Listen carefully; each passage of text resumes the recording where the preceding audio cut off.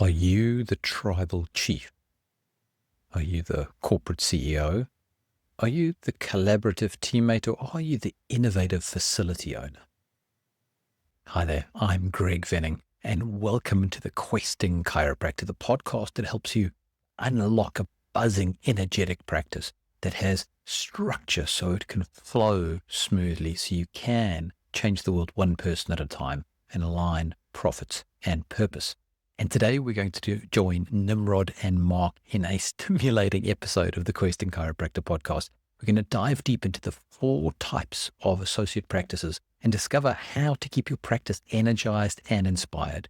Learn how to balance profit with purpose and explore the innate model that's rooted in these neurological preferences we exhibit through life and our values. So whether you're a principal or an associate, this conversation uncovers how to maintain focus and inspire your team and enhance your practice's impact on humanity. If you enjoy this discussion, please share this with colleagues, with friends, and don't forget to subscribe to make sure you get more transformative insights. Enjoy. Welcome to the Questing Chiropractor Podcast. We help you grow as visionary, vital, and capable chiropractors who are always on. We do things differently as we help to elegantly awaken your innate wisdom within. We help you create robust, predictable, and trustworthy practices that serve oceans of people and yet still have free time for yourselves and your families. We use neuroscience to deliver better business results so that you can get greater, deeper, and more effective impact in more ways. We are Questing Chiropractors, and this is our story. Great to be with you here, Mark, for this recording of this podcast. Well, it's great to be with you, Nimrod. It's on the side of the world, and so cool to catch up like this. Yeah, it is. It is. And to be able to bring some good discussion for the chiropractors out there who are really wanting to expand, and specifically looking at those who probably have an associate or maybe looking at getting an associate. One of the topics that's been coming up for me when I've been chatting to these chiropractors is the question of being inspired and motivated and elevated, and not only for themselves, but actually inspiring and motivating their team as well. So I thought maybe we could have a bit of a chat about how that may look across the innate model, how we stay inspired and motivated, and how we help out others within our practice to do that as well. Sure, that'd be fun. Yeah. Really So let's for those who aren't familiar with how we approach things, we use the innate model as a lay of the land. So maybe you can just give that a little bit of an introduction, but using the topic of inspiration and motivation to help our listeners to understand the innate model through that way. Sure.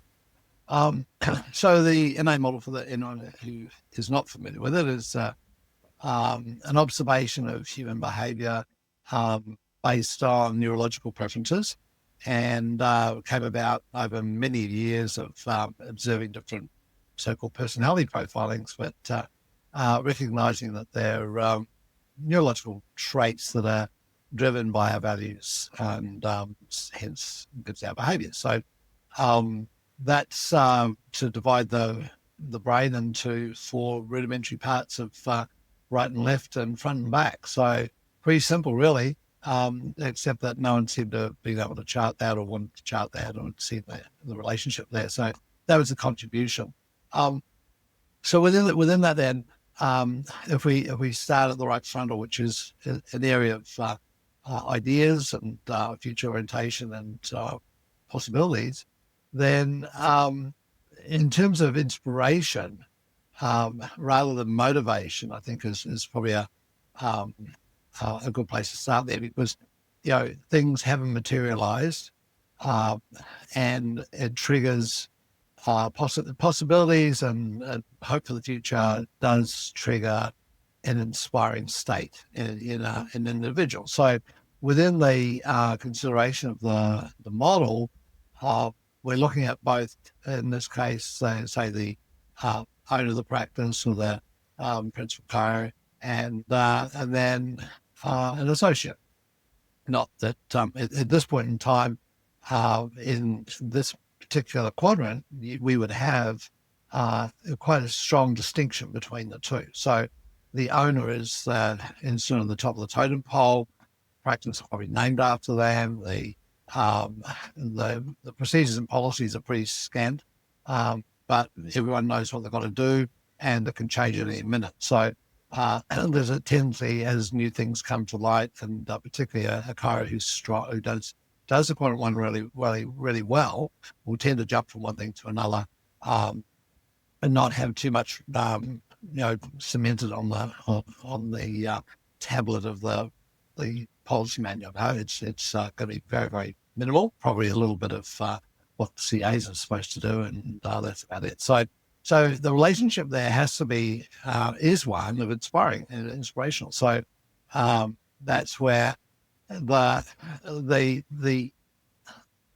guess that the story with human beings is that we tend to grow towards something that's compelling and that is holds a future for us. So the role of the owner, or the role of the principal chiro in this position is, as a tribal chief, is to provide a compelling future, and we do this with our practice members. So to take it down into our day-to-day activities, and we're also there primarily, I think, as chiros, with this chiropractic message, this beautiful resonance that we have relative to the integration of all aspects of life into the expression of innate potential, is that the more we create a compelling future, the more people stay with us. And so, many chiros bemoan the fact that their practice members have come in, get relief, and then they leave, and they want to change the practice member. I would say have a look at yourself first, because that's the limitation that you're putting out there. Therefore, people are going to run out of a future, and so they're going to go somewhere else or come back to you when that same need is there. But I think the same as with associates and the principal. So if the principal has a compelling future, if the principal is living into their future, then there's going to be a trickle-down effect where the associate finds that really exciting and wants to participate more and therefore hang around more. So they're going to stay for longer. So, despite the disorganization, I might add, but that won't matter because the inspiration is greater than the organization. And so, that would be one level. That would be if you like, the first level. So before we do move on to the next level, for the chiropractor who is at that way of being, this really tribal, they're their inspiration for their team and for their practice people. And as long as they have an inspiration that's bigger than their team and their practice people, and their practice people and their team stay inspired and stay on that ship, right? Yes. What's the challenge for that principal chiropractor in terms of staying inspired and having a vision that's big enough? Right. So it's always about, within the model, or within the brain function, we know that we go from an idea about something to then gathering data on it, then applying that data, and then reinventing that data. So, and that can be in nanoseconds, faster than I just described it, or it could take a lifetime. And varying levels with that. So the responsibility of the awareness of the principal, that it is about having ideas, cementing them somewhat in reality, having an application of them, and then enrolling everyone with that journey to reinvent and then therefore create a new idea. So it's precious of change. It's constant change. It's willing to lean into change. And as soon as we go to the point that, this is the way I've always done it and this is the way it's going to be, there's going to be set limits, and it becomes uninspiring for the associate in this case and obviously practice members as well, barring there are certain preferences that people have, that they want things to be constantly changing, and that would that would be, they'd stay there, or if they want things to be the same, and they could stay there with that personality practice as well. Yeah. There's sides on both sides and there's downsides on both sides. So Yeah. the question is, though, in terms of inspiration and ascending one's life, via connection with the practice, I think it's important that if we want to ascend, that we keep reinventing ourselves, and that's the catalyst, that idea of where we be, what the possibilities are. So for the principle to be constant growth, constant self, and living in curiosity, so that we see the world from a different way, a different perspective, every moment of the day, constantly changing. And that's really inspiring for those associates who like that sort of thing. And it will be inspiring for those that want to have everything the same, which, would get to the next level for a description of that one. But, does that make sense? Yeah, absolutely. And so do you think that principals who are functioning in this way with this preference in the world would run out of self-inspiration? Would they come up against a point where they don't feel inspired and they're running the same record over and over again, and it's just no longer lighting that spark? Yeah, absolutely. Probably on a daily basis, maybe minute by minute. But the more we do that and get over ourselves, then the more juice we have. So I think from my perspective of 50 years in practice, it is about constantly coming to that challenge of, okay, I'm feeling like I'm noticing doing a bit of harm. It's another category 2 to block, or another lateral meninges or whatever it happens to be. And as soon as we take our focus off the magnificence of what it is that we're doing and the impact that we're doing it and how it has an effect on humanity, then we snap out of it. We get over ourselves. So it is about, those reflections of our responsibilities that we've taken on board by virtue of accepting this mantle of chiropractic, and then making it bigger too. So, growing into new aspects of that, new versions of that, be it with being on the boards of associations or colleges or research organizations or fundraisers or whatever it happens to be. But stepping up, and that creates youthfulness, and youthfulness is attractive. But it's not a linear age thing. It's a state mind thing. Yeah, absolutely. Well, in the age of the universe, we're all little micro babies, aren't we? Yes, to be sure. I do wonder, for that principal chiropractor who loves to function in that Quadrant 1 way with, big concepts and abstracts and ideas, and they do find themselves, running out of self-inspiration because that tape is being run over and over and over again. That the practical thing to do there is to move back into your own values and your own vision and make sure that it's big enough to inspire you to keep expanding through that space. Yeah. And, our values aren't fixed. Sure, they're pretty rigid because they're survival, but, the firing of the Quadrant 1 part is from values that relate to or light that part of the brain up. So there's always room for new inspiration. There's always room. Just looking at something from a new position, imagine like a beach ball, like a multicolored beach ball. You're looking at it from my perspective, and I say, well, it's red, and you're looking at it from your perspective and say, well, it's yellow, and and so if we hold that position, then that limits. And if say, I'm the principal and you're the associate or vice versa, we're seeing it as a different thing until we start to spin that beach ball, until we start to move ourselves into different viewpoints, and we start to realize that, wow, okay, so I was perceiving it as red and you're in yellow and green or purple or whatever it is, and it is shifting and it is multicolored. And not only that, obviously to go a bit deep on that one, that color is a representation that we create neurologically, I think, as color anyway. So I mean, we're down that track, but it is a perception that we have, that we do, that invokes that sense of inspiration. Yeah. So, Yeah. and I think Yeah. that's really important for the, if we are looking at creating inspiration or opportunities for inspiration, because it's not, you can't teach inspiration, it's not a living thing. It's a feeling, it's a connection, it's connected with the heart, we connect with a person's mission, then that fires off. And, their greatness is stimulated and they want to do more of it. So that's the process of inspiration.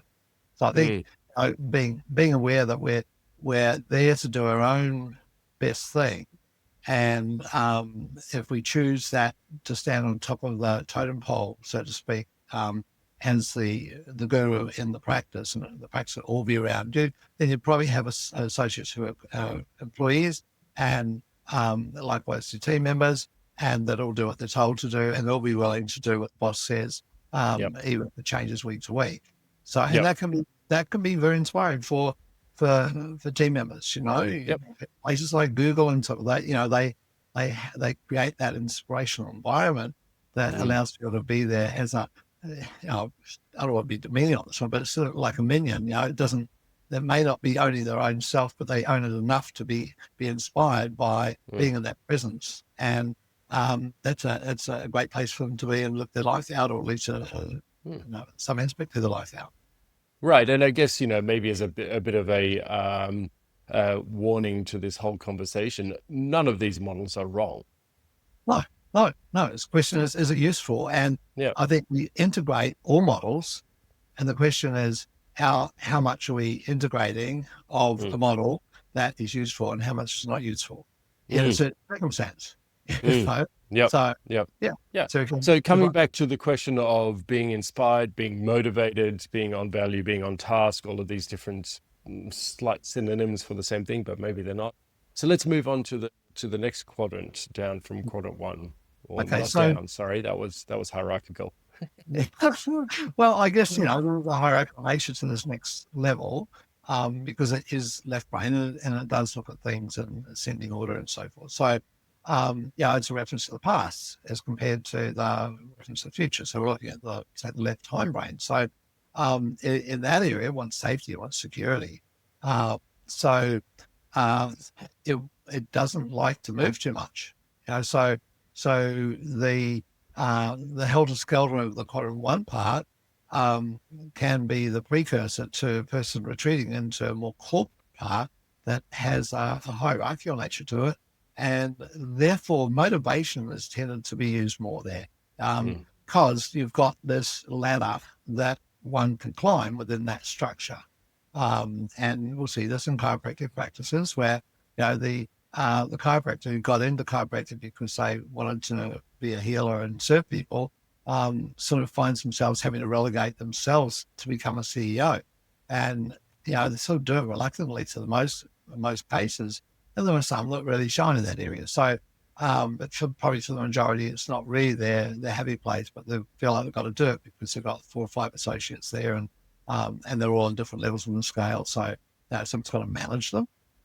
So it becomes a vertical management structure. And so motivation is usually used at that point, and it's effective at that point, be it, cash motivations of either moving towards or away from, if you don't do this, we don't get this goal, then we'll take this amount off you, or you won't get this amount, or, if you get it, then, you'll get lots more, sort of thing.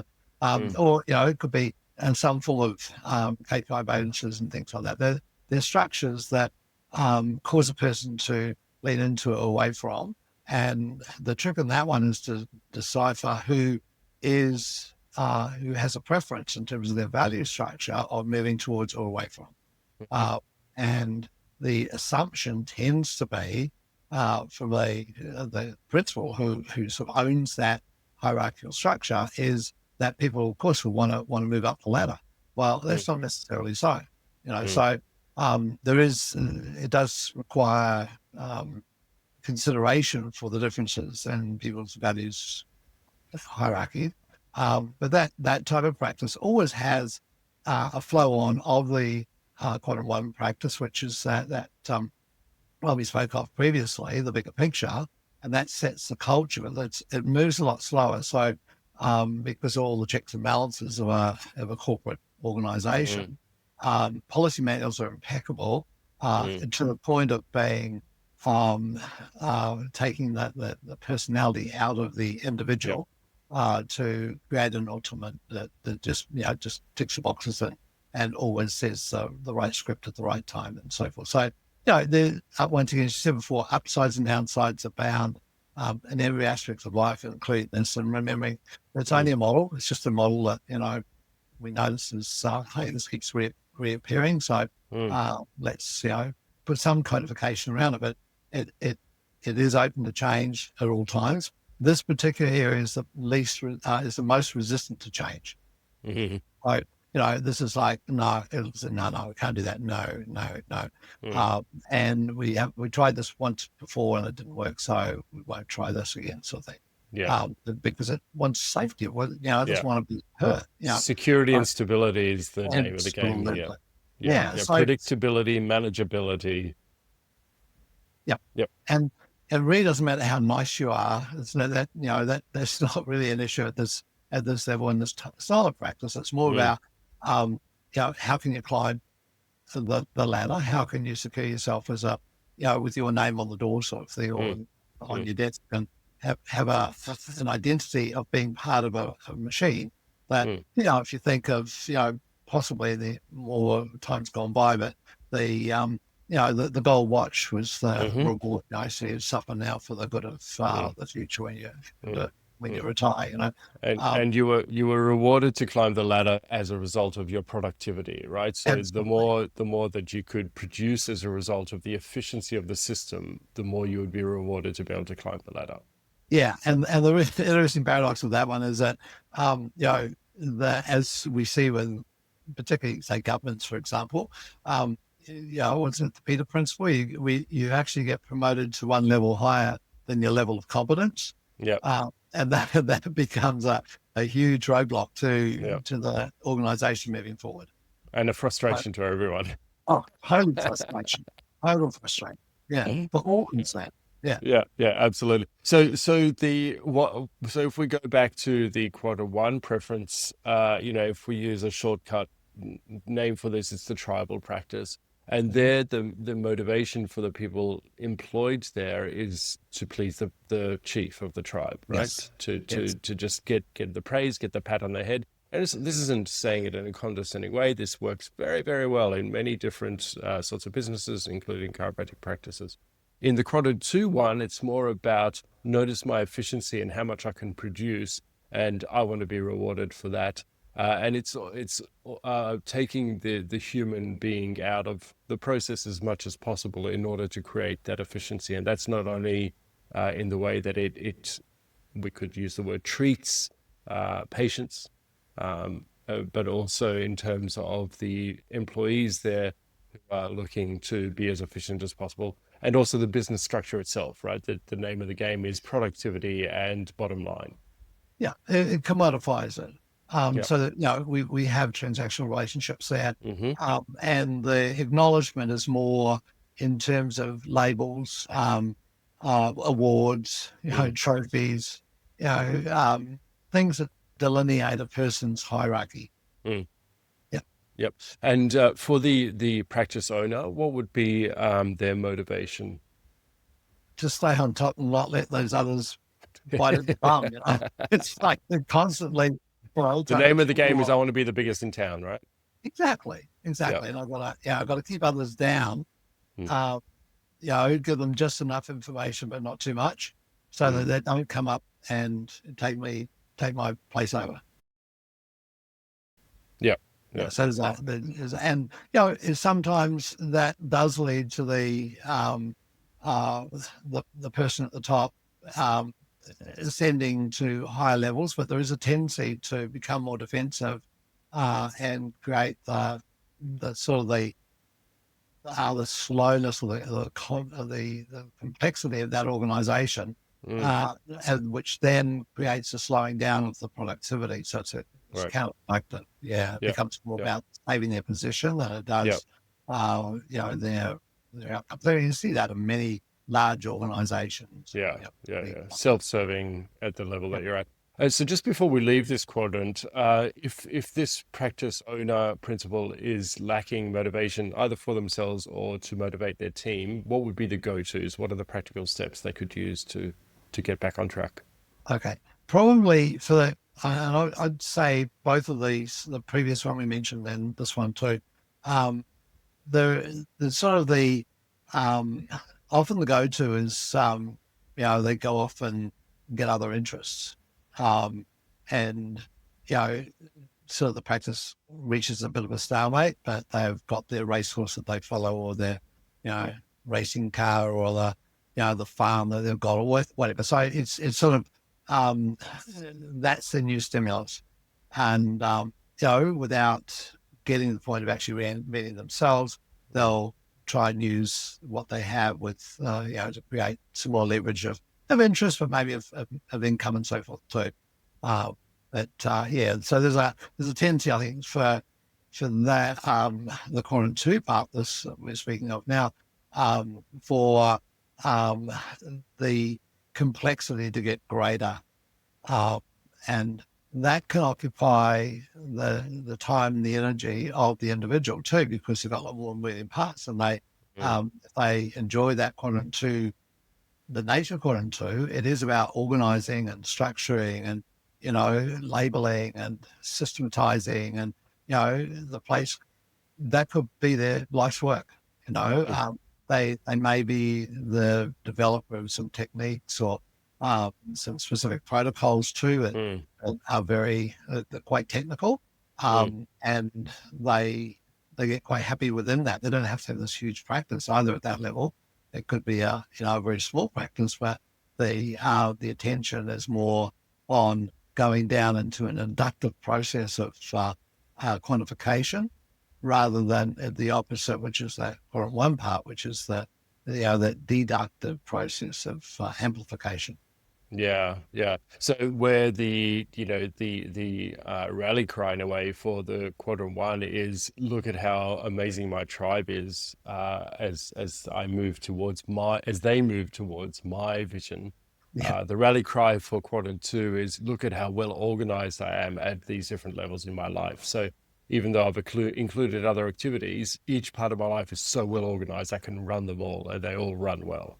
Absolutely. Yep. Absolutely. Yep. And so that will flow on to their team as well. It's all about motivating them to be more organized, more productive, more efficient. Yeah, and find out what turns their crank, so that it may be a bonus system. Yep. It may be their own office, or reward effort.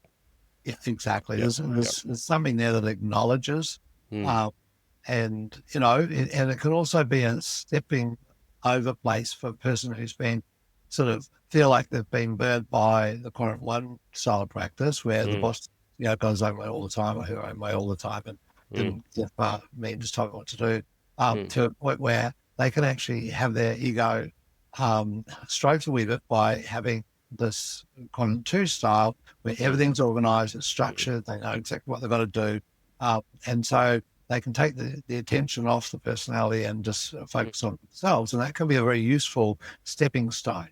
Some will stay there. Some will stay there for a lifetime. So, and as you mentioned before, it's just there's no wrong or right on this one. It's simply what is it? What's the tendency that's part of the brain, and then is it useful in the circumstance? And we often find people move through these phases, maybe a year in each, or 3 years, 5 years, or 10 years in each, and some only same one for the rest of their life, which is okay too. Yep. Yeah. So okay, beautiful capture of Quadrant 2 preference, principle, and the entire organization of that practice as well. What about Quadrant 3? Well, Quadrant 3 is where we're going across onto the right brain again, but it's in the hind brain. So it wants security, it wants tenure. It's very loyal, very, very loyal. The Quadrant 3 part is like working away, doing something as an artisan, as we are as chiros, hands-on, doing something that conforms to the big idea, which is out of the Quadrant 1 part, that has a system to it, And what's the Quadrant 3 part doesn't necessarily like being told, here's a blank page, go do it. It likes to have the map there with a step-by-step process that it can follow. And, it might be a little slow on the uptake to get it down, but once it does, it will just keep feeding it. So this is, the chiropractor who, other as a principal, is hands-on, and has found ways that work, and they seem to be attractive to others, and they get results that others are wanting to get. So others come into that organization, but instead of a hierarchy, it's more of a lateral playing field. Think of it like a circle. You don't even actually know who the owner is if you're a casual observer, because everyone seems to have an opinion. Everyone seems to be able to contribute, and they're collaborative, they're cooperative, and there's a little bit of disagreement, but they don't like too much disagreement. So generally they'll be sort of doing a very similar thing, and working as a team. Team work is very important at that level. So that's it's a kinesthetically based sort of friendly group of people who are wanting to, I guess, being acknowledged is a really big thing there. It's like wanting to serve people and be rewarded by not so much the money. They don't really care that much about the money. They want to be rewarded by the results they get. And the validation of their team members, right? Their co-workers. Yeah. Look at me, look at us. Exactly. And the owner or the principal starts to take on the position of what we'd label a way shower, a person who does their thing. They're usually the highest producer of the whole lot anyway. It's still that character traits of the Quadrant 1 part. However, they don't count the costs. They just do what they do because they love it. And others start to take it on as their own in whatever way they would. And there's not a lot of judgment there either. So, others could be doing different things, but it's still similar. There's still a sameness about it, that they like the vibe. Yeah, absolutely. It is all about the vibe, isn't it? And that's the inspiration that comes in that right hemisphere. That is the love of derived from Quadrant 1, but then in the Quadrant 3ness, it's grounded in this vibration, kinesthetic embodiment. We're all here for the good of each other and the good of the people that we're serving.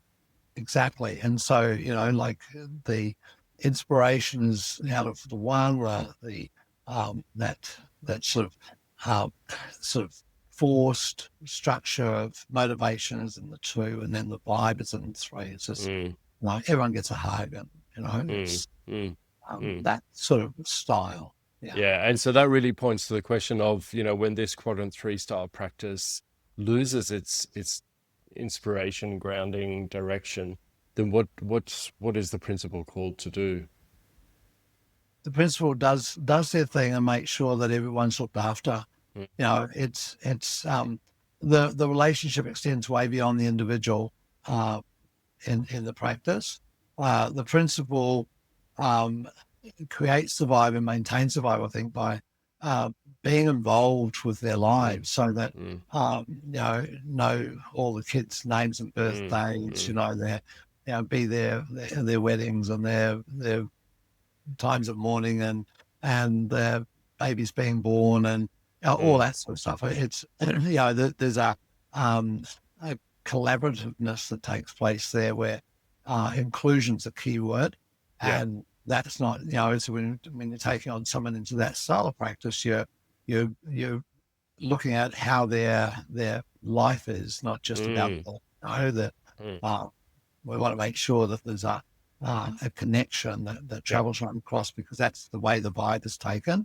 Yeah, and it's a big family, isn't it? So maybe when the principal feels that something's off, then they'll have more social events, more dinners, more team lunches.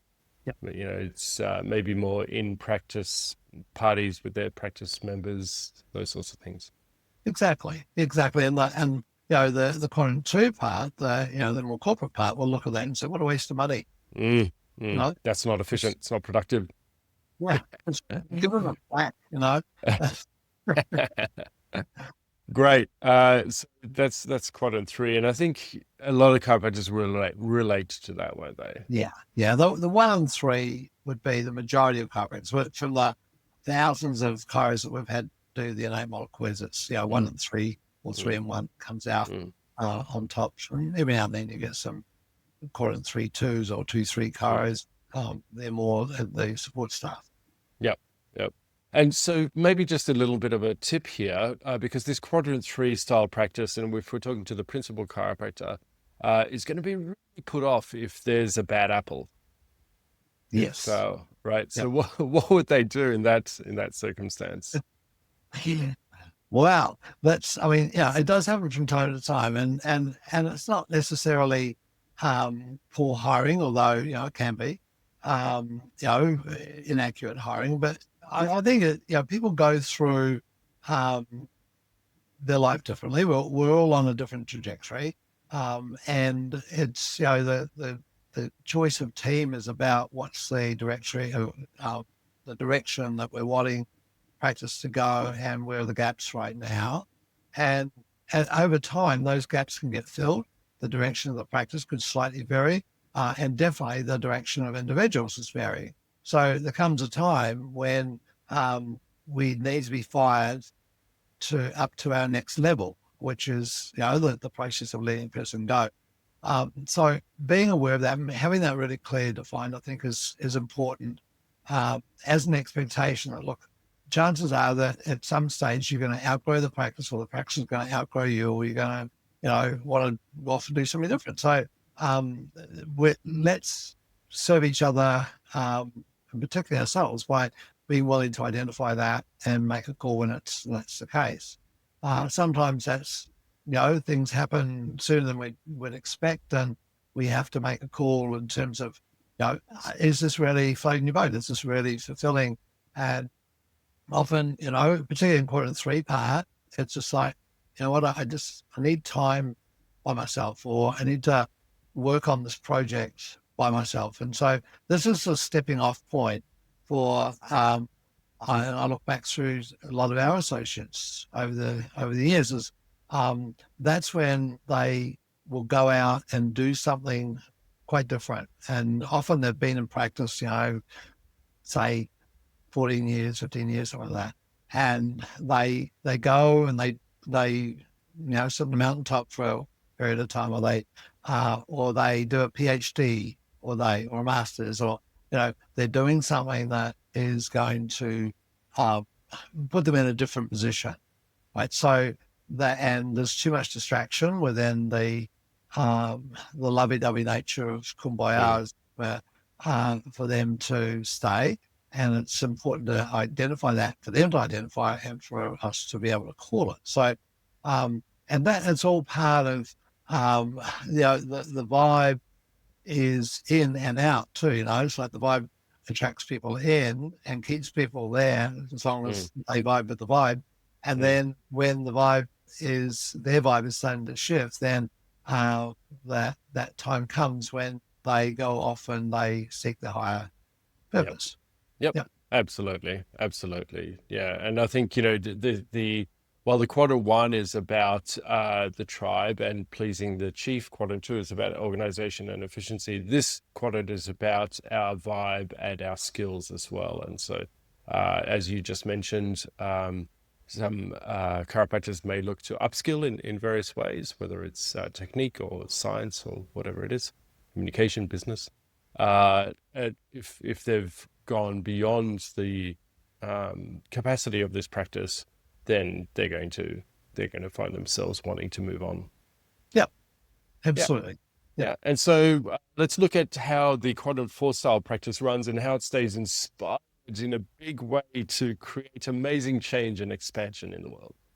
Okay, so then that person that left to go off and do their PhD, or their, maybe they have a family, maybe sort of, travel the world or sail around the world, whatever it is, they often come back, and they'll seek out a practice that is, if the practice is offering it, um, a different style of practice again, where people can do their own best work. And so this is a practice where the person may have gone off and done some advanced stuff on neurology or on working with kids or working with old people, whatever it is, and they come back and they can have all their services provided, or like the facilities provided with trained staff and everything that opens and shuts that they need and so forth. And they can be really focused on their area of expertise. So not that any of these areas are exclusive, but there's an attraction here for probably all quadrants to some degree, because it has an overall culture and energy and vibe about the thing, because it's been developed from what went before. The philosophical constructs are usually quite clear, and even though there's variation in the approaches, they're with a singular point and a single focus, and the team is very geared towards providing that. So that then becomes an attractive playground for people who are really into what they do as a practitioner. They run their own business. They're contractors. They come in and they come for however long they want during the day or the week. Utilize the space, utilize the resources of others in similar or even dissimilar positions. So it becomes a cooperation, what we call it. So there's competition and a cooperation that takes place in the same breath. Whereas, say, the tribal practice, it's like, you cooperate or get out.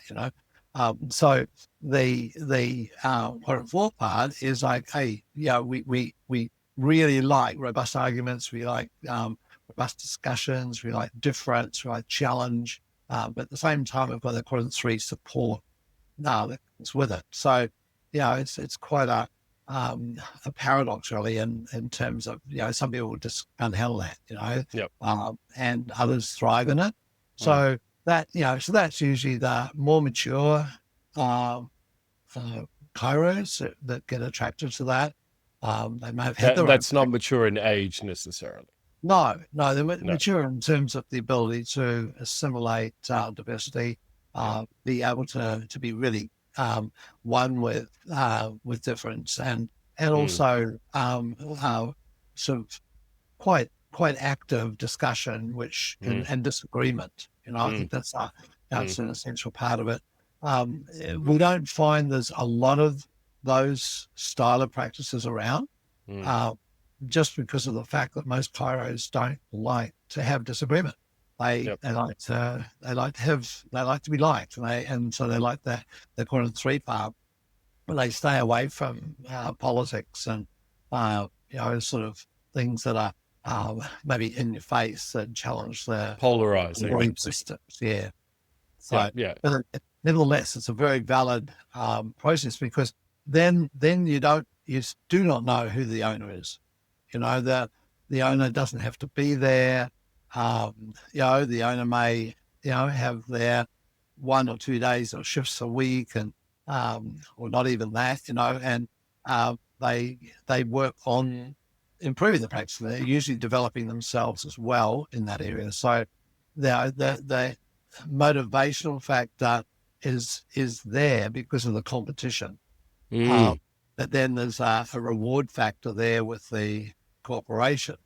And so it's sort of built into a combination of that left and the right brain facilities there, because what it does stimulate is reinvention. It stimulates a person to say, okay, well, I've been here, I've been there, and I've been there. Now what? Where am I going now? And that element of change is built into people when they enter that space, and they look at how they can improve their life and their offering, and then the services for their people. So it can be quite dynamic. And I think while the quadrant 1 may be about inspiration, which literally comes with words of taking in to inspire, this quadrant 4 is more about the spark of excitement, isn't it? It's about we want that aliveness that happens in this, as you said, robust conversations that can be a little polarizing, but bring about something greater as a result of that reinvention. They're coming together to create something bigger. Yeah, and it doesn't back away from action. It's action is not the favorite place of the Quadrant 3 part. It's the place that the Quadrant 4 part loves to be in, because it loves to create change and disruption. And disruption for disruption's sake. It will go for it. Yeah. So that's maybe the practice principal who will drop into the team meeting unannounced and just drop a bomb in there just for the fun of it and see what happens. Yeah, and in that style of practice, normally the rest of the team have elements of that too. Yeah. So they'll rise to it. They'll love it, right? They're going to get the same treatment back.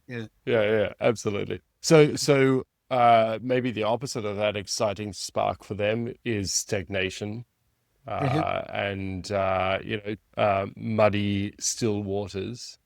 What happens in that situation? How will that principle first create more of that excitement again?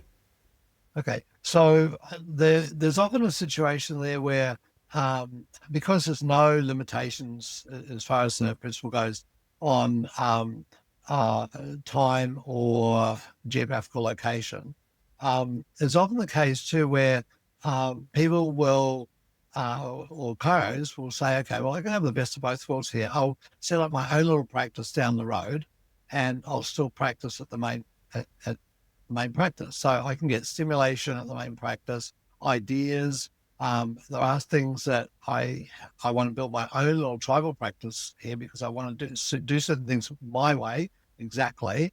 And, they don't always have a chance to have that within the conglomerate, so that becomes, for some chiros, that becomes a problem.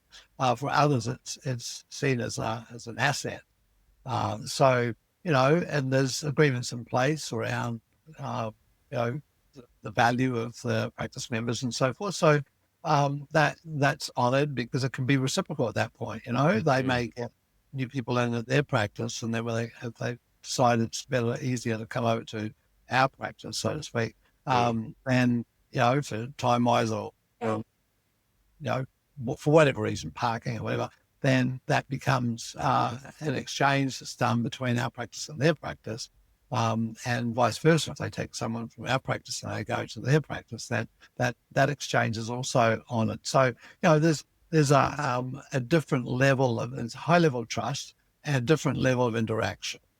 So money is important, but so is reputation and the agreed on ethics and the principles of chiropractic and so forth, which are seen to be they're an abundance relationship. So I think there's a lot more complexity at one level, but it's a lot of simplicity at another, and that's the paradoxical nature. That's one of the polarities of that. Oh yeah, absolutely. And so to point out, they're driven by the abundance. They're in the frontal cortex, and that abundance of coming from the chiropractic principles is used to spark innovation.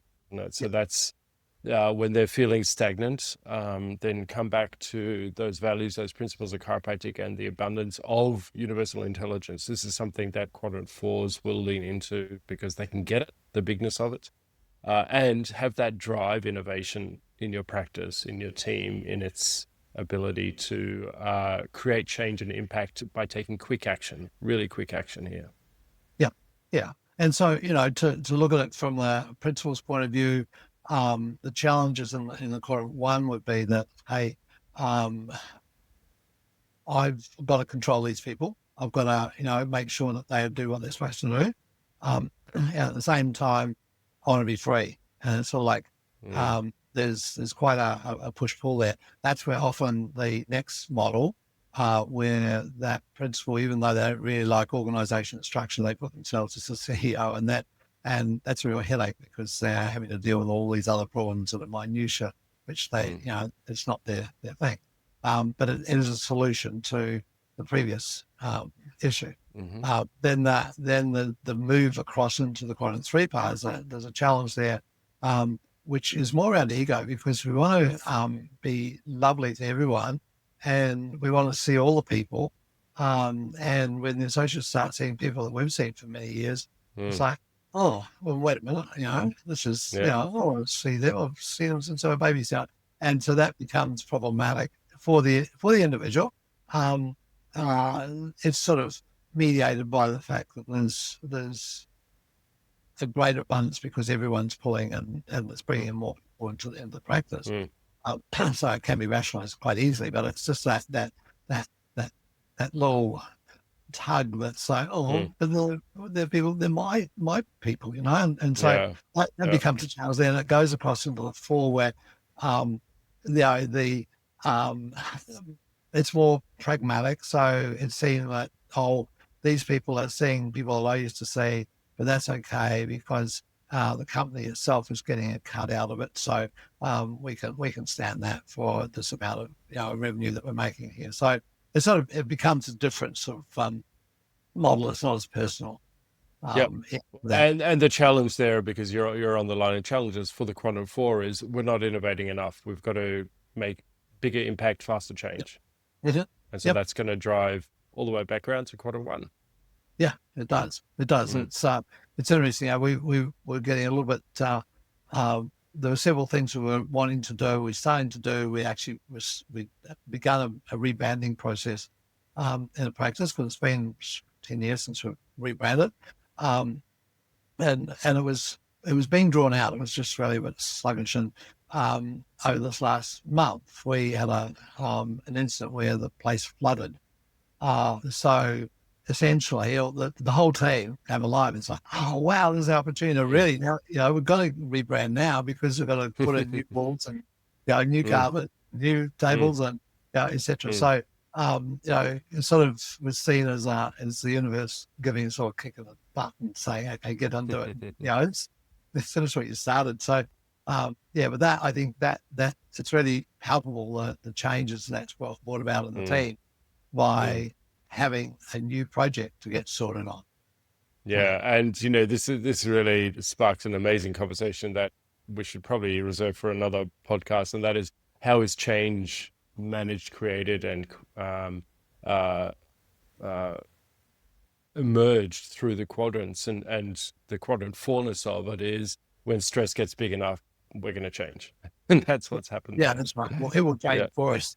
We get things black. It's going to come out here with a beautiful head. Yeah. Yes, absolutely. One thing I do want to point out before we finish up is that when each of these preferences works absolutely beautifully and can work beautifully in isolation to a certain point, and when we flow through the quadrants, this whole thing comes alive and really empowered in a way that is just magical. So sure, you can have a tribal Quadrant 1 practice, a corporate Quadrant 2 practice that's really well organized and efficient, a team lovey-dovey Quadrant 3 practice, and a quick innovation change Quadrant 4 practice. And when all of that comes together and flows correctly, which is really the message of the Innate model and of chiropractic, then this whole thing comes alive and superpowered. Yes, it does. And I think, that's why we do what we do in Quest, is each of us, we're all in practice still, unlike a lot of coaching companies. So, we all practice, and we all have different viewpoints and different experiences and different preferences and so forth. So the richness of that is huge. And so if we can take, off our offering to people is simply, hey, come on board and let's find out where you're at, find out where you want to go, and let's look at how we can either, coach you or consult you, or to beat you up, or to yell and tell, or to love you, or whatever the method might be to get through the next obstacle that is always presented when we make a shift from a certain dominant part of the brain to another dominant part of the brain, because it becomes a not-me behavior. And how can we support you and challenge you in this particular context? And a lot of fun. It is. It is. Yes, absolutely. That's really what it's about. So, Mark, we're on the topic of being inspired, motivated, loving-doving, or whatever the verb is there, and excited. Can you leave us with a point of inspiration?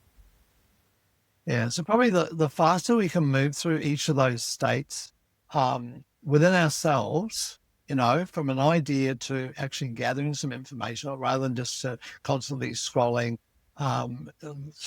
YouTube, and getting some information and getting the detail about it, then putting in an application of it, just actually doing something with it, and then reinventing it so that it is fit for purpose for your practice or for yourself, for your life.